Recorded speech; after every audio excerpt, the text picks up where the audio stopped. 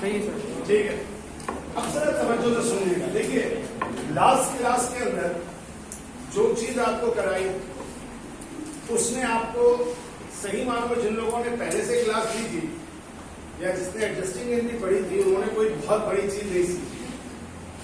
अगर किसी ने ये नहीं सीखी है और कल की क्लास मिस की थी तो एक YouTube पे क्लास पढ़ी है जो मैंने नाजाबाद में इंट्रोडक्शन की क्लास की। कल मैंने यहाँ रिकॉर्ड नहीं किया था लेकिन वहां पढ़ी हुई वो क्लास, ठीक है, वो आप देख सकते हैं जो लोग कल यहाँ मौजूद नहीं थे। और अब जो सिखाने जा रहा हूँ ये फिर उन लोगों को भेज दूंगा और इसी तरह से आप लोगों के लिए भी YouTube पे मौजूद रहेगी कि जब आपको अगर दोबारा जरूरत हो गया ये पॉइंट क्या था, क्या वजह थी, तो वो आपके पास भी आ जाए।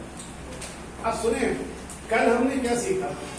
हमने ये बात सीखी कि यार हमें साल के आखिर में, सही आ रही पिक्चर, साल के आखिर में हमें बैड डेट की एक एंट्री बनानी होती है, ठीक है। और उस बैड डेट की एंट्री में हम बेसिकली क्या एस्टिमेट कर रहे होते हैं? हम एस्टिमेट कर रहे होते हैं कि कितना अकाउंट रिसीवर का पोर्शन आने वाले कल को रिसीव नहीं होगा, ठीक है। उसके लिए हमने कहा कि दो अप्रोचेस हैं।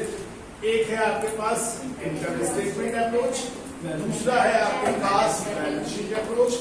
आपको पहले बिल्कुल इनिशियल लेवल पर कैलकुलेशन सिखाई गई कि किस तरह से आप कैलकुलेट करेंगे, किस तरह से रेट अप्लाई करेंगे, और जो सबसे इंपॉर्टेंट चीज सिखाई गई आपको वो ये सिखाई गई कि यार इनकम स्टेटमेंट और बैलेंस शीट अप्रोच में बुनियादी फर्क क्या है। तो दो बातें मेन है कि इनकम स्टेटमेंट अप्रोच में हमेशा रेट अप्लाई होता है क्रेडिट सेल के ऊपर, जबकि बैलेंस शीट में किस पर अप्लाई होता है? Account receivable. पहली बात। दूसरी बात हमें अच्छी तरह ये पता चल गई कि अलाउंसेस फॉर बैड डेट का जो प्लस या माइनस करने का रोल है वो इनकम स्टेटमेंट अप्रोच में नहीं होता, सिर्फ बैलेंस शीट अप्रोच में हम बैड डेट को, अलाउंसेस फॉर बैड डेट को, और अलाउंसेस फॉर बैड डेट क्या है? जो पिछले साल हमने एस्टिमेट किया था उसका बचा हुआ बैलेंस, जो कि इस दफा डेबिट बैलेंस या क्रेडिट बैलेंस की शक्ल में रिकॉर्ड में, अकाउंट्स में या ट्रायल बैलेंस में शो हो रहा है, उसको कंसिडर करने का। इनकम स्टेटमेंट में उसको कंसिडर नहीं करते हैं, बैलेंस शीट में उसको कंसिडर करते हैं, ठीक है। अब लेकिन आज का जो हमारा टारगेट है या आज की जो हमारी बात है वो अब उससे थोड़ा सा आगे बढ़ेगी। पहले इनिशियली बिल्कुल मैं आपको एक स्टोरी की तरह बात समझाता हूँ, सुनाता हूँ, उसके बाद आप उसको समझने के बाद फिर हम एक क्वेश्चन को देखेंगे और वो सवाल उठाएंगे कि किस तरह से वो क्वेश्चन सॉल्व किया जाएगा, ठीक है। तो जैसे कि फर्स्ट करते हैं कि एक दफा हमने दिसंबर की 31 तारीख एयर 1 को हमने साल के आखिर में ये वाली एक एंट्री पास की, बैड डेट एक्सपेंस डेबिट और allowances for bad dates credit, ये एंट्री हमने पास की। थोड़ी देर के लिए समझिए कि जो भी हमने कैलकुलेशन की थी उस कैलकुलेशन के तहत अमाउंट कितनी मौजूद थी? 5000 मौजूद, ठीक है। ये समझिए कि कल भी कोई भी हमने कैलकुलेशन करके, और याद रखिएगा इनकम स्टेटमेंट अप्रोच में भी हम बात करें ज्यादा हमारा टारगेट होगा किस पर? बैलेंस शीट अप्रोच पे, क्योंकि असल जो मेन समझना है या जिसमें मेन टेक्निकल इन्वॉल्वमेंट है कुछ चीजों की हुआ है इसमें बैलेंस शीट अप्रोच। लेकिन एंट्री बनाने का काम दोनों में क्या रहेगा जो मैं सिखाऊंगा इंक्रीज, वो दोनों में सेम रहेगी, चाहे इनकम स्टेटमेंट हो चाहे बैलेंस शीट हो। लेकिन बैलेंस शीट को क्यों ले रहा हूं? क्योंकि उसकी कंप्यूटेशन में एक एडिशनल काम होता है अलाउंसेस फॉर बैड डेट से रिलेटेड, जो कि इनकम स्टेटमेंट में नहीं होता। लेकिन अगर एंट्रीज बनाने की बात आ जाए, जो मैं अभी इस कोर्स के दौरान सिखाऊंगा, तो चाहे इनकम स्टेटमेंट हो चाहे बैलेंस शीट हो, दोनों में वो एंट्रीज क्या रहेंगी? सेम रहेंगी, बनेंगी उसी ट्रांजेक्शन पे। तो ये जनाब आपके साल के आखिर में एक एंट्री बना दी गई एयर 1 में, ठीक है। और कितना आपने एस्टिमेट कर लिया? बैड डेट 5000 एस्टिमेट कर लिया। अब होता क्या है कि इसके बाद हमारे बिजनेस का शुरू होता है क्या? एयर 2। अब एयर 2 में क्या चीज स्टार्ट हुई? जाहिर सी बात है जब एयर 2 होगा तो कुछ हम क्या करेंगे? सेल करेंगे, है ना। फिर हम, अब सेल की एंट्री आप सबको आती है, मैं वीडियो दिखा भी दूंगा क्या एंट्री है, लेकिन मैं इस वक्त उसको लेकर नहीं आ रहा क्योंकि मैं अपनी बात को छोटा रखना चाहता हूँ, ताकि ज्यादा बात फैला देते थे एक वक्त में शुरू में ही तो बात समझाना और समझना मुश्किल हो। साल का शुरू हुआ, सेल होती है, क्रेडिट पे हो सकता है, कैश पे भी सेल हो हो सकता है रिटर्न भी हो, डिस्काउंट भी हो, ये सब एंट्रीज, ये सारी रिकॉर्डिंग आपके लिए ले गई, ये सब आप फांसी में बनाते रहे, वैसी वो एंट्रीज क्या होती जाएंगी, बनती जाएंगी। ठीक है, अब कहानी असल कहां से शुरू हुई, क्योंकि अभी सारा टारगेट है बैड डेट से।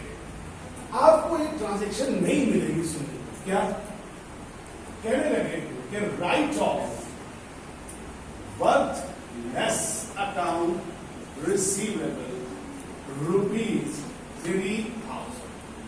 अब इसका क्या, ये वो ट्रांजेक्शन है जो आज तक आपके सामने कभी नहीं है, ये इसी चैप्टर से ब्लॉक कर। यहां पे तुमने बैड डेट क्या किया था, याद रहे कि ये क्या है, एक्चुअल नहीं है, ये क्या है, एस्टिमेटेड कि आने वाले वक्तों में इतना बैड डेट होगा। अब ये लाइन असल में क्या है, ये बता रही है तुम्हारा इस साल में होने वाला क्या एक्चुअल बैड डेट। वर्थलेस का क्या मतलब होता है, जिस चीज की कोई कदर और कीमत ना रहे। तो सोचो जरा कि अब आपको पता चल गया कि यार जितने भी अकाउंट रिसीवेबल था total what ever is the amount, उसमें से 3,000 एक ऐसी अमाउंट है जो अब हमारे लिए रिकवरेबल नहीं है। अब इस बात को किसी भी लफ्ज में बता सकता है। एक तो ये जो मैंने लिखा कि जी वर्थलेस है, कभी कह सकता है नॉट कलेक्टेड, कभी कह सकता है अनकलेक्टेड, कभी कह सकता है कि जी वो बैंकरप्ट हो गया। बैंकरप्ट समझते हो ना, वो शख्स जो नादहंदा हो, जिसके पास कर्जों की अदायगी नहीं हो, यानी जिससे पैसे लेने थे वो कंपनी डूब गई, खत्म हो गई, बैंकरप्ट। तो इस तरह से कोई भी लफ्ज खेल ले है, बात का हासिल क्या होगा, समरी क्या होगी कि पैसा हमें नहीं मिलेगा। अब क्या एंट्री बनाएंगे, क्यों एंट्री छापनी है, शाबाश। लेकिन सोचो अब एंट्री को रट्टा लगाने के बजाय उसकी लॉजिक समझो। बताओ मुझे कि अगर अकाउंट रिसीवेबल रिसीव होता था तो क्या एंट्री बनाते थे, अगर अकाउंट रिसीवेबल रिसीव होता था तो हमारी एंट्री ये होती है cash debit account receivable credit. Basically क्यों क्रेडिट होता था अकाउंट रिसीवेबल, क्योंकि जब अकाउंट रिसीवेबल रिसीव हो गया तो वो अकाउंट रिसीवेबल क्या हो गया, खत्म हो गया। लेकिन आज तो कैश नहीं मिला, तो आज कैश डेबिट नहीं हो सकता। फिर क्या डेबिट किया जाए, तो डेबिट किया जाएगा कौन सा account, allowances for bad dates. कहां से आएगी allowances for bad date, basically यही चीज तो तुमने last year end of the year क्या की थी, क्रिएट की थी कि भाई इतना बैड डेट में डाल के छोड़ दो, कल को बैड डेट होगा तो इसको यूटिलाइज करेंगे। Now that is the time to utilise that allowances for bad debt amount. और कितने से ये एंट्री बनेगी, ये एंट्री बनेगी 3 से।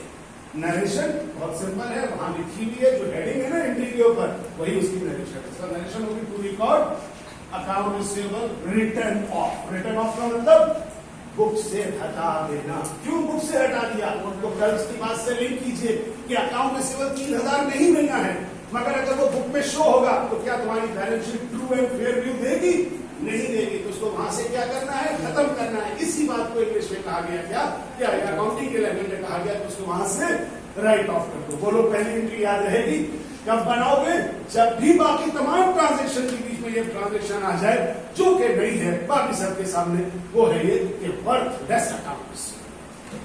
चलो आगे, पहली बात यहां तक सबको समझ में आ गई।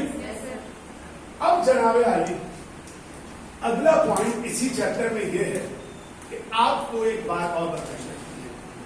क्या बताई जाती है, आपको ये कहा जाता है कि ये शख्स जो भी था, लेट्स सपोज हम इसका एक नाम रख देते हैं जनाब, क्या नाम रख देते हैं, कोई ऐसा नाम नहीं रखते, दिल चाह रहा था शायर मंटू, लेकिन इतना शरीफ आदमी है, ए।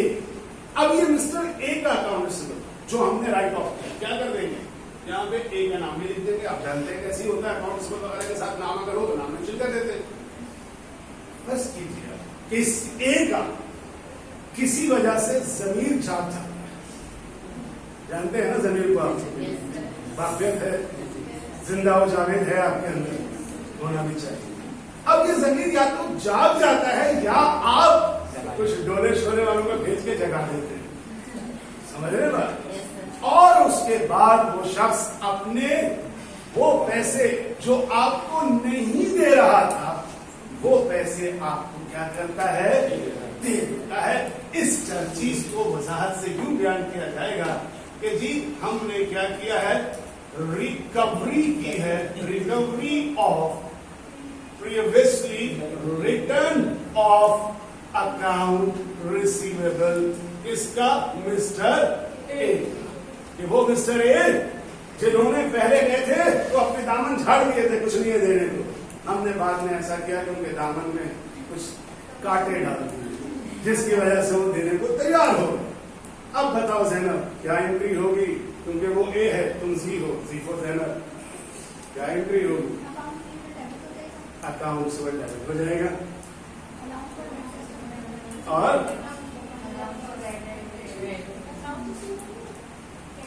पूछ रहा हूँ अभी आपसे। अच्छा कुछ बताते हैं आप अलग अलग, मैं बताऊं इसकी दो एंट्री। वैसे तो एक एंट्री नहीं बन सकती है, लेकिन अगर समझना है तो दो एंट्री बनेगी। हाँ भैया चुन दो एंट्री बनेगी, क्योंकि तुम्हारे बराबर में दो दोस्तें बैठी हैं। That is the reason behind. एक बार जब छोटे से थे स्कूलों में एक दो चीजें खेलते थे ना, वो एक लतीफा हो रहा था, हाथी का एक्सीडेंट हो गया, चूंकि दौड़ती हुई जा रही थी, क्यों? हाथी को खून देना। इसी तरह एक दो सवाल भी है पूछा जाता था, अरे आप कितना मुस्कुरा रही हैं, आंखें छोटी हो गई आपकी। एक फ्रीजर के अंदर 3 स्टेप में लोमड़ी रख के दिखाओ। सूखा बचपन तुम लोगों को बुलाएगा। 3 स्टेप में फ्रीजर में लोमड़ी रख के दिखाओ, कोई है मनाल? खोला रखा और अब 4 स्टेप में जराफा रख के दिखाओ।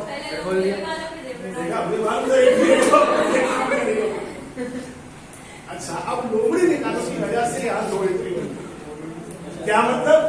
तुम रिकवरी करते हो तो पैसा जब आता है तो नॉर्मली एंट्री तो यही बनती है, cash debit account receivable credit. लेकिन ये वाला अकाउंट रिसीवेबल तो तुम पहले मुझसे क्या कर चुके हो, कार्ड पे अलग कर चुके हो, तो पहले लोमड़ी निकालना है। यानी क्या मतलब? जो रिटर्न ऑफ कर चुके हो पहले एक एंट्री उसके अपोजिट बनाओ, ताकि जो ज़ैनब कहती कि ताकि पुराना अकाउंट रिसीवेबल क्या हो सके, जो 3000 से बंद हो गया था वो 3000 से क्या हो जाए, वापस ओपन हो जाए। इसको कहते हैं reopening of previously return of account receivable. आई समझने बात कि जब भी कभी रिकवरी की बात आती है, और रिकवरी से मुराद कौन से पैसे, जो पिछली ट्रांजैक्शंस में या पिछले सालों में, हो सकता है 1-2 साल पहले की भी कहानी हो सकती है, ये आप क्या कर चुके थे, अपने बुक्स पे क्लोज कर चुके थे, उसको पाने के लिए पहले अकाउंट रिसीवेबल को दोबारा से, जो डेड हो गया था उसको दोबारा से लाइफ करो, जिंदा करो, और फिर दूसरी एंट्री बनाओ। कौन सी? कैश डेबिट और अकाउंट रिसीवेबल क्रेडिट। कितने से? 3000। क्या बात भेजे में गई? अब ये हो सकता है कि हम चाहें तो एक ही एंट्री से भी काम चल सकता है। पता है कैसे?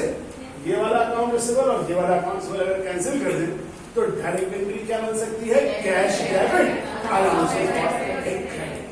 ये भी गलत नहीं है, सही है, लेकिन मैं हाईली रिकमेंड करूंगा तुम्हें पेपर के हवाले से कि हमेशा रिकवरी की क्या करना, 2 एंट्रीज बना के करना, वो ज्यादा बेहतर होता है, क्योंकि फिर वो चेक करते हुए भी कभी वो गड़बड़ी में काटते नहीं है, समझते हैं हाँ जी रिकवरी की 2 एंट्री बनाइए, क्योंकि जो कॉपी चेक करेंगे उनके भी आंसर ही मैं अच्छी तरह आपको दूं कि वहां कितना समझाना पड़ता है बैठा के, क्योंकि बाकायदा पेपर के साथ ही होता है।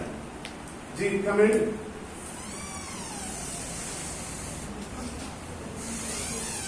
अरे इधर भी वही बैठेगा, दरवाजा में उसको खोलने मत दीजिएगा। अब यहां तक बात अगर समझ में आप लोगों के आगे क्लियर हो गई ये बात, तो आप 2-3 इसके अंदर के वो 40 सुनने जो आपको जेद करने के लिए इस्तेमाल होती है। ठीक है, पहली बात, अभी कितना अमाउंट राइट ऑफ हुआ था? 3000। इसमें मैंने लिखा नहीं, लेकिन फर्ज करो इसमें अमाउंट कितना रिकवर हो रहा है? पूरा 3000। लेकिन हो सकता है किसी का पूरा जमीन ना जाता हो, लेकिन जल्दी पहुंचते हो तो आप उसकी जिस तरह से थोड़ा सा जागा हो, जैसे कल नंबर दिए थे लोग मुझे, अभी जब मैं सदर में हूं तो मैसेज आ रहे सर कांडी आया नहीं, और गाड़ी लोग के साइड में यही करने पूरे रात पूरा दिन गुजर के नहीं, अभी भेजा मुझे मैसेज। वो कौन था क्योंकि तीनों मुझे तलाश करते हैं, मुझे यकीन था, इसीलिए तुम्हारी बात पे याद आया। तो याद रखो कोई जरूरी नहीं है कि पूरा 3000 रिकवर हो जाए, हो सकता है 3000 में से एक पोर्शन रिकवर, ये बात समझ में कहते भाई 3000 में से 2000 रिकवर हुआ, फिर क्या करेंगे? दोनों एंट्री 2000 से मिलेगी। क्यों? तुमने 3000 राइट ऑफ किया था, लेकिन अब 3000 तो नहीं मिल रहे, कितने मिल रहे? 2000। तो भाई सिर्फ 2000 से कर दो, कोई जरूरत नहीं 1000 मिलता है, सिर्फ 1000 से, यानी पूरा 3000 को रीओपन करने की जरूरत नहीं है।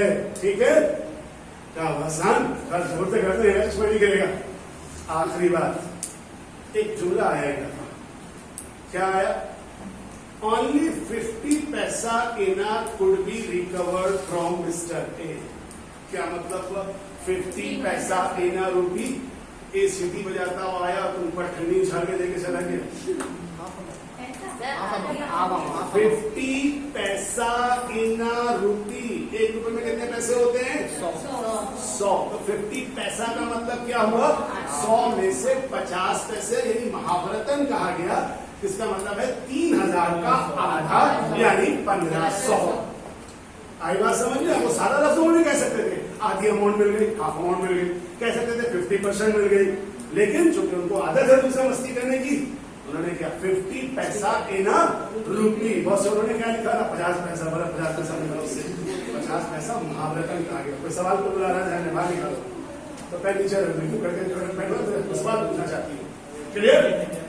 अब इसी बात पे आखिरी एक ये होता है कि बैंक रप्ट स्टेट, बैंक रप्ट ये होता है कि वो शख्स, थोड़ा सा समझ लीजिएगा, बातों का एक दो सवाल थे इस बारे में तफसील से ध्यान हुआ, क्या कहने लगे वो लोग के सवाल में यूं कहा गया कि जनाब हमने केस कर दिया, याद रखिए लीगल केस करते हैं तो वो आप लोगों ने बड़ा फिल्मों में देखा होगा ना, जिसके ऊपर केस हो जाए वो बड़ा उसकी जायदाद नीलाम होती है, ठक ठक 1 2 3 100, देखा है? तो वो होता यही है कि अगर आप किसी को कानूनी तौर पे बैंकरप्ट अदालत डिक्लेयर कर दे तो उसकी जो जायदाद है या उसके जो एसेट्स होते हैं वो सोल्ड आउट कर दिए जाते हैं, और सोल्ड आउट करके वो एसेट्स में से जितने पैसे बच आते हैं वो पैसे तमाम कर्जदारों में उसके क्या कर दिए जाते हैं? बांट दिए जाते हैं। तो एक दो दफा ऐसा है कि बैंक रप्ट स्टेट, उसके लिए बड़ा अदालत एक लोग इकट्ठे, मतलब बाकायदा ड्यूटी लगाती है कुछ लोगों की, वो लोग ऐसा करते हैं। तो अगर कभी ये लंबी चौड़ी कहानी भी आ जाए तो इसमें कहानी के पीछे मत जाइएगा, असल चीज जाइएगा अमाउंट कितनी रिकवर हो रही है, और जो अमाउंट रिकवर हो रही है उस अमाउंट को आप लिखिएगा। ठीक है, अब हम मेरा साथ एक थोड़ा लाइट कर आप, बड़ी मेहरबानी कम करते हुए अब जरा इस सवाल की तरफ लेके चलता हूं आपको, और देखिएगा और याद रखिएगा जो मैं करा रहा हूं क्वेश्चंस, अब थोड़ा सा फाइलवेयर में उसको सर्च करके, क्योंकि वैसे तो नोट्स में मैंने उसके नीचे प्रैक्टिस क्वेश्चंस हैं सारे उसके, लेकिन फाइलवेयर में उस जैसे क्वेश्चंस को थोड़ा सा सर्च करें, उसके बाद फिर आज की क्लास से के बाद आपको मिलता जाएगा कल तक पूरा, फिर उनको सॉल्व करना आप शुरू करेंगे ताकि उन चीजों को पता चल सके कि क्या क्या है और किस तरह है। ठीक है, अब हम मूव करते हैं एक सवाल की तरफ। देखिए, तो जो बात मैंने आपको वर्बली समझाई है वो किस तरह से क्वेश्चंस की सूरत में इम्तिहानात में आती है।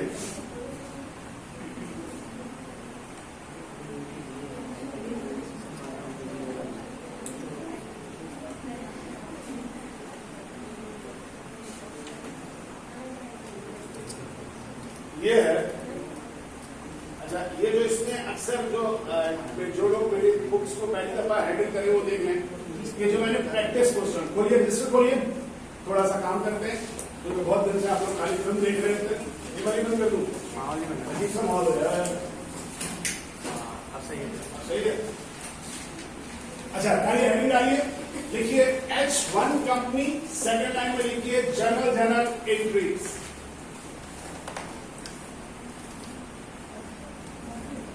H1 कंपनी, सेकंड लाइन में लिखिए जनरल एंट्रीज। ठीक है, इतनी लाइन तो है ना कि लिख लेंगे? अभी for the general for the Indian लिखने की जरूरत है, सिर्फ जनरल एंट्रीज का डेट साइड में यूज करोगे। अब देखो क्या लिखा हुआ है, पहला ए पॉइंट में H1 company has account receivable 2,96,000 and allowances for bad debt 7,600 at the end of December 31st year 1. जैसे मैंने अपनी मिसाल में एक एंट्री पास करके बैड डेट का एक बैलेंस 5,000 आपके साथ रखा था, यहाँ उन्होंने एंट्री वगैरह पास की, बैलेंस बता दिया कि इस कंपनी के पास दिसंबर 31 को बैलेंस कितना है, वो है जनाब आपके पास ये, और ये बैलेंस याद रखिएगा हसन एंड सन ग्रुप, ये असल में बैलेंस शीट में शो हो रहा है। और बैलेंस शीट में शो होने का मतलब क्या हुआ, बाकी कॉमर्स वाले भी मैं सिर्फ इनको हवाला दे दे रहा हूँ कि ये तमाम काम के बाद, यानी एंट्री बन चुकी है, इनकम स्टेटमेंट सब कुछ बनने के बाद उनका अकाउंट रिसीवेबल इतना और balance sheet allowance for bad debt ये शो कर रहा है। रिक्वायर्ड क्या मांगा आपसे, prepare journal entry for the following transaction. देखिए पहली ट्रांजेक्शन क्या कहता है, the company prepare existing entry for bad debts at year December 31। अच्छा ये बैलेंस शीट नहीं, सॉरी मैंने थोड़ा सा वो कर दिया, इसका मतलब है जो एग्जिस्टिंग एंट्री मांग रहा है इसका मतलब है कि बैलेंस शीट नहीं बनी है, ये बैलेंस कहां मौजूद है, ट्रायल बैलेंस में। तो डालिए साइड में डेट डालिए December 31 ईयर 1, जैसे मैंने एंट्री बनाई थी बैड डेट की, वैसे ही डेट डालिए साइड में, करूंगा तो सॉल्व दिखाता ना हूं। लेफ्ट साइड पे डेट डालिए December 31 ईयर 1, एंट्री बनाइए bad debt expense debit, allowances for bad date credit, bad debt expense debit, allowances for bad date credit, ठीक है। अब आपने बैड डेट को कैलकुलेट करना है, कैसे कैलकुलेट करेंगे बैड डेट को, क्वेश्चन नंबर कौन सा था ये, 8। ये देखें, ये अगर किसी को समझ में ना आए तो मैं यूं करने कह रहा हूं आपको।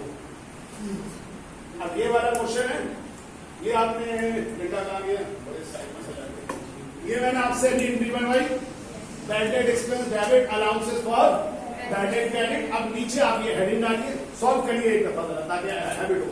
डालिए heading competition for estimated bad debt expense, ये एंट्री के नीचे आपने कंपटीशन करनी है, ठीक है। एंट्री के नीचे कंपटीशन करनी है, competition for estimated bad debt expense, entry के नीचे, एंट्री ये बनाई आपने, इसी के नीचे ये कंपटीशन करनी है, जहां आपने एंट्री बनाई है उसके नीचे। जरूरी नहीं है कि आप भी लेफ्ट साइड पे करिए, ये तो मैंने एक व्यू एक सा है इसलिए मैंने उसको बराबर में किया जी। कोई फर्क नहीं पड़ता, आप पहले कर लें, आप बाद में एंट्री बना लें, इससे कोई फर्क नहीं पड़ता, ठीक है ना।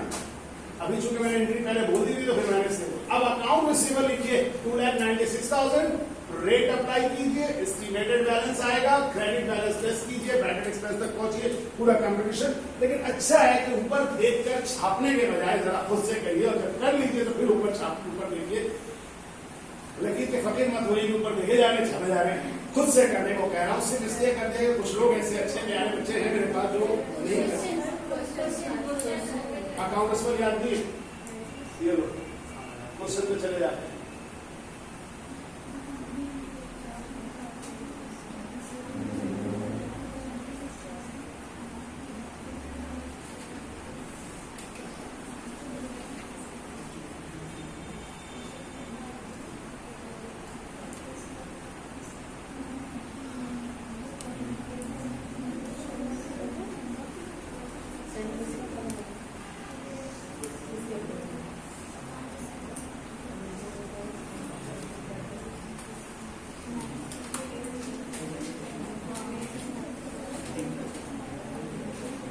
हो गया,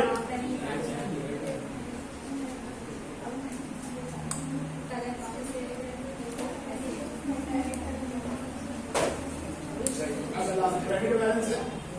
अब ये कल का आपका किसी का सवाल था ना कि अलाउंसेस फॉर बैड डेट के साथ कुछ ना लिखा हो तो उसका क्या मतलब होगा, तो आप देख सकते हैं इस वक्त क्वेश्चन के अंदर अलाउंसेस फॉर बैड डेट की अमाउंट को मेंशन है, लेकिन इस वक्त उन्होंने ये नहीं लिखा है कि ये डेबिट बैलेंस है या, तो अंडरस्टूड है कि ये क्रेडिट बैलेंस है और ये क्या कर देंगे आप, लेस कर देंगे। और ये सवाल जो मैं इसका करवा रहा हूँ ये माजी का क्वेश्चन है जो फाइनल में आया हुआ है पास पेपर्स का, उसका पेपर क्वेश्चन है जो आपके फाइनल में आपको शामिल नहीं है, खासा ज्यादा कठिन क्वेश्चन है लेकिन यही पैटर्न है। हो गया, एंट्री में अमाउंट लिख दी जाए बेटा, लेस करो ना, allowances for bad date less करो, ये देखो 7,600 क्रेडिट बैलेंस है, अब ये तुम अलाउंसेस फॉर बैड डेट के साथ लेस कर दो।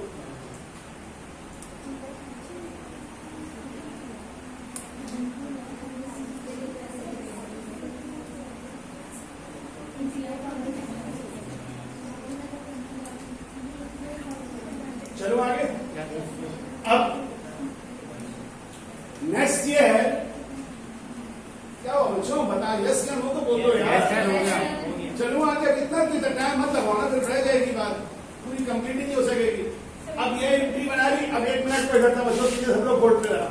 अब ये नीचे वाली एंट्री आपने नहीं बनाई, आपने सिर्फ एक एंट्री बनाई है, उसको ये कंप्यूटेशन के जरिए आपने ये अमाउंट उसमें इनकॉर्पोरेट की। अब जरा तवज्जो दीजिएगा क्योंकि मैं इस पॉइंट की तरफ जा रहा हूं। अब आपको एक टी अकाउंट को समझना है, अलाउंसेस फॉर बैड डेट का टी अकाउंट। याद रखिए शुरू में उसमें बैलेंस 7,600 था। अगर इस टी अकाउंट में इस एंट्री में allowances for bad date credit हो रहा है, उसकी पोस्टिंग की जाए तो अब अलाउंसेस फॉर बैड डेट मिलाकर टोटल कितना बैलेंस शो करेगा? बहुत शुक्रिया, ऐसे नहीं करो, मुझे भी नहीं करना। 29,600। क्या चीज क्लियर कट बैठा लीजिए कि आज के बाद हमें अलाउंसेस फॉर बैड डेट का आगे चल के टी अकाउंट बनाना, और इनिशियली टी अकाउंट में वो बैलेंस क्रेडिट साइड पर या डेबिट साइड पे लिखा जा सकता है जैसा सवाल में मेंशन होगा। ठीक है, इस वक्त लिखा कहां पे लिखा उसने? क्रेडिट साइड पे लिखा। क्यों? क्योंकि उन्होंने डेबिट मेंशन नहीं किया था। अगर वो डेबिट मेंशन करते तो मैं 7,600 कहां लिखता? डेबिट इस वक्त नहीं था। और फिर इस एंट्री की इसमें आगे क्या होती है? पोस्टिंग। ये बहुत आसान सा एक सिर्फ मिसाल के तौर पे आपको बताएंगे। अब आगे चलते हैं, क्वेश्चन का अगला क्वेश्चन देखिए क्या कहा उसने आपसे। दूसरे transaction, on January 15, year 2, the company decided that account for Jawad in the amount of 2,000 was unacceptable. क्या एंट्री होनी चाहिए? अब चूंकि आपने जहां एंट्री बनाई उसके नीचे कंप्यूटेशन कर लिए तो वो एंट्री का तो जगह क्लोज हो गई है। दोबारा हेडिंग डालिए, कंपनी का नाम लिखिए, सेकंड लाइन में जर्नल नंबर लिखिए, और अब आप लेफ्ट साइड पर डेट ये वाली डालेंगे। कौन सी? January 15, year 2। दोबारा से लेफ्ट साइड पे डेट डालिए, January 15, year 2।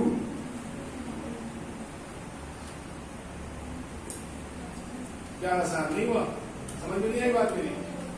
दोबारा जनरल एंट्री की हेडिंग डालो, लेफ्ट साइड पे डेट डालो। आप कौन सी डेट डालोगे तो सेकंड पॉइंट है बताइए, और वो बताएगी है जनवरी। अब एंट्री कौन सी बनेगी? अभी एंट्री सिखाई ना मैडम, इसको सफाई खरतास पे मुंतकिल कीजिए। सफाई खरतास कहते हैं उस पर जिसमें शायर अपनी शायरी लिखता है। तो अकाउंटिंग की शायरी है, आप भी शायरा है। कितने अमाउंट से लिखेंगे? उसमें लिखा हुआ है कि जवाब भैया ने कितने का डिफॉल्ट मारा। बहुत जरूरी है ये, आपने मिस की ना थोड़ी सी। आज मैंने अभी एक नई बात सिखाई कि आप लोग बैड डेट की एंट्री बनाती हो ना, तुम बैड डेट की एंट्री बनाते हुए क्या एस्टिमेट करते हैं। अब जो होता ही है, अब जो हमने एस्टिमेट किया था वो एक्चुअल में बैड डेट। अब जो एक्चुअल बैड डेट होता तो नॉर्मली बैड डेट ऐसे ही होता है, तो हम उसी अलाउंस फॉर बैड डेट को ये इसको इस्तेमाल allowance for bad date account से बनता है, अकाउंट से तो उससे खत्म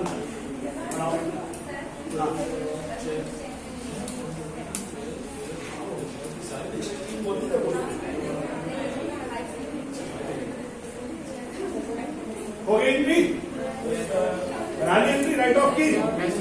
अब दूसरा पॉइंट पढ़िए क्या हुआ। On February 12, year 2, जवाब चेक ऑफ 2,000। अब February 2 की डेट डालिए और रिकवरी की 2 एंट्री, और ये है अब सारी एंट्रीज आपके सामने। आपने अलग अलग बनाई है, यहाँ पर ये दोनों एंट्रीज, तीनों मतलब चारों एंट्रीज मैंने फिलहाल साथ बना दी थी। ऐसे भी बनाई जा सकती है, इसमें कोई प्रॉब्लम नहीं है कि एक पेज में करके सामने हम उसकी कंपटीशन कर दें, लेकिन बेस्ट तरीका वो है जो मैंने अभी आपको इस तरह करवाया है कि आप बनाते जाएंगे। और हाँ, जवाब फवाद हो गया बेसिकली।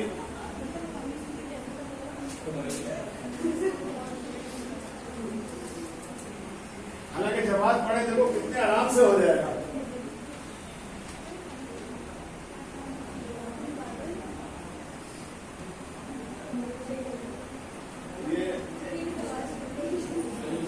ये काम मैं फवाद के चाहने वालों की लिए कर रहा हूँ, अभी सेंचुरी बनाई है, आज ही मैन ऑफ द मैच था, उसके चाहने वालों की वजह से फवाद को वापस जा बात कर दिया कि कहीं ऐसा ना हो गया नाराजगी हो जाए और पता नहीं किस किस का कौन कौन फवाद है।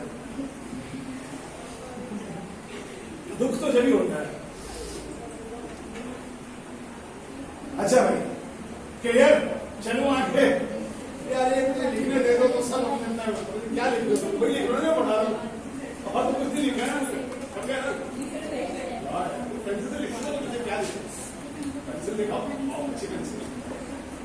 चले भैया नेक्स्ट क्वेश्चन, अभी समझ में आया?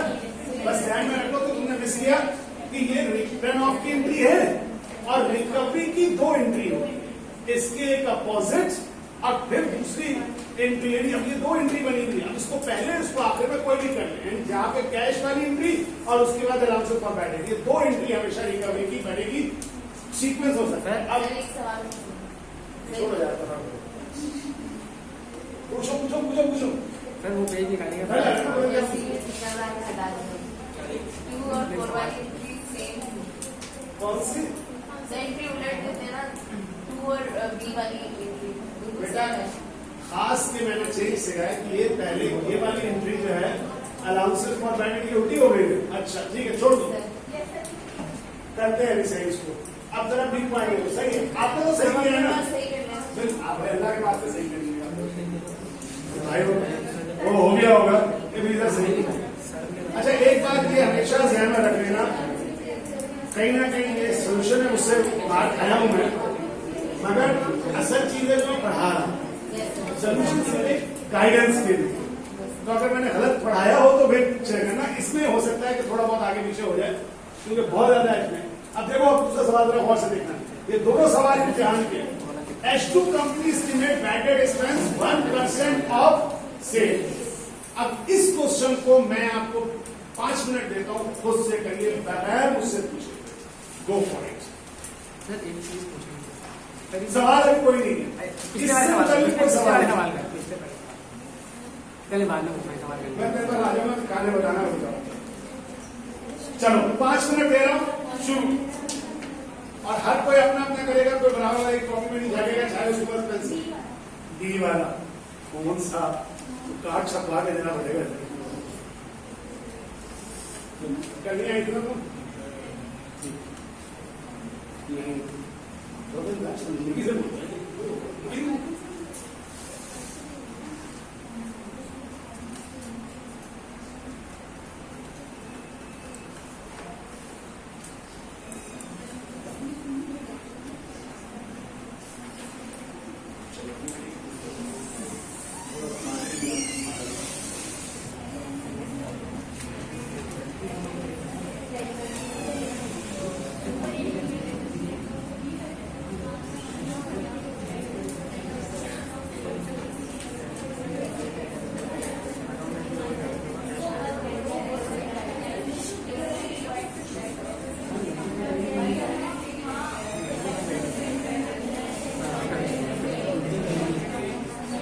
क्या हो क्या नजर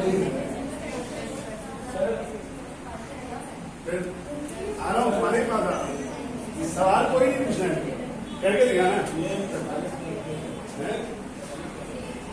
हाँ ये सवाल तो पूछ ही रहे, तो मैं अभी किया ना एक सवाल इसी तरह का सवाल है। हाँ ये अकाउंट में हम वहीं पे लिखेंगे जहाँ पे वाला अकाउंट हम वहीं पे लिखेंगे, आपने क्रेडिट पे लिखा है क्यों हमने आपने एंट्री उसको क्रेडिट किया जी, यानी अगर आप डी अकाउंट बनाते हैं तो डी अकाउंट की पोस्टिंग है आपका पहले 7,600 से क्रेडिट जाता है, इस एंट्री में डेबिट हो रहा है, अलाउंस किसका किया तो अलाउंस को क्रेडिट इस एंट्री में डेबिट हो रहा है, क्रेडिट तो इसको क्रेडिट भी आपको लग रहा है कि ये डेबिट हो रहा है, आप किसका बना रहे हैं आराम से आराम से बैठे सेंटर में क्या हो रहा है।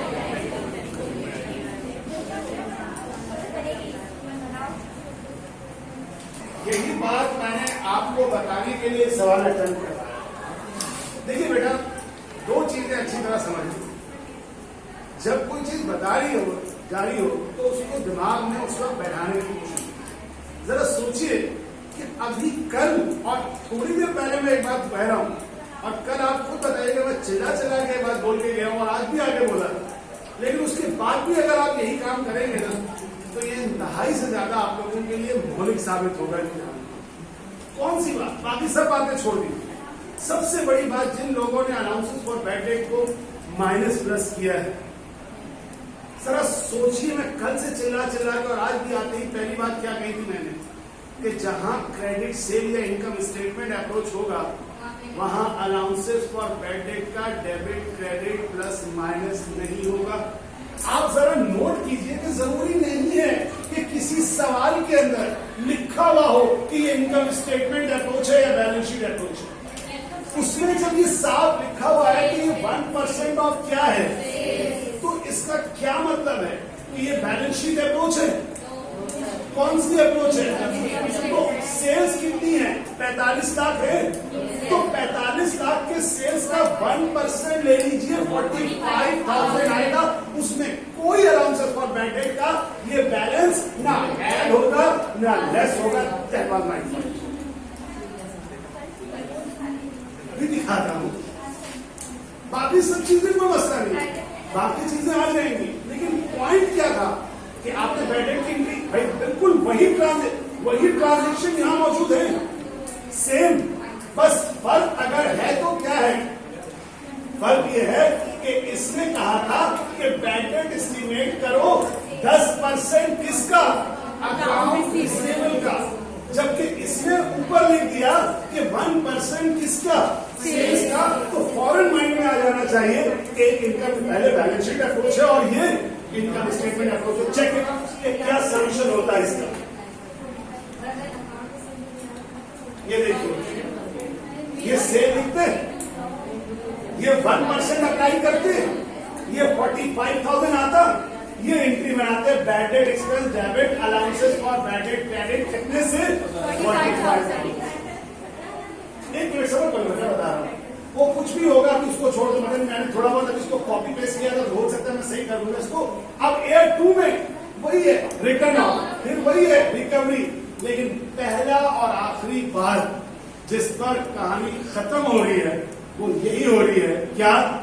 कि भाई आप लोगों को इनकम स्टेटमेंट और बैलेंस शीट अप्रोच को नहीं भूलना है। आई बात समझ में? तो बेटा आपने अलाउंसेस फॉर बैड डेट जिन जिन लोगों ने माइनस किया है उसको अकाउंट रिसीवेबल, देखो ऐसा अकाउंट रिसीवेबल नहीं ट्रीट करो। सेल्स जो शो हो रही है ना बेटा, ये सवाल में आसान है, ये फिगर सेल्स की फिगर है, ये अकाउंट रिसीवेबल नहीं है। अकाउंट रिसीवेबल कौन सी फिगर होती है? जो रिसीव होना बाकी है।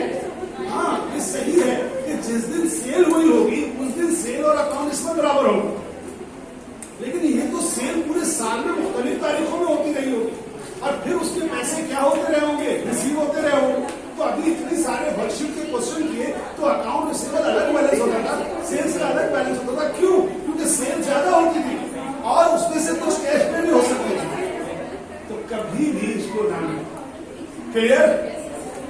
कल बड़ी कॉम्प्रिहेंसिव क्लास होगी फिर इसकी, क्योंकि कल मैं अब इसी पॉइंट को सही कर पूरा टी अकाउंट बनाना सिखाऊं। कल की क्लास वैसे टाइमिंग पर एक्स्ट्रा, और प्लीज मिस मत कीजिएगा, वरना कल की अगर मिस हो गई क्लास, हाँ 5:30, अगर कल की क्लास मिस हो गई ना तो फिर अकाउंट रिसीवेबल का चैप्टर हाथ से निकल जाएगा। इसलिए please, thank you very much.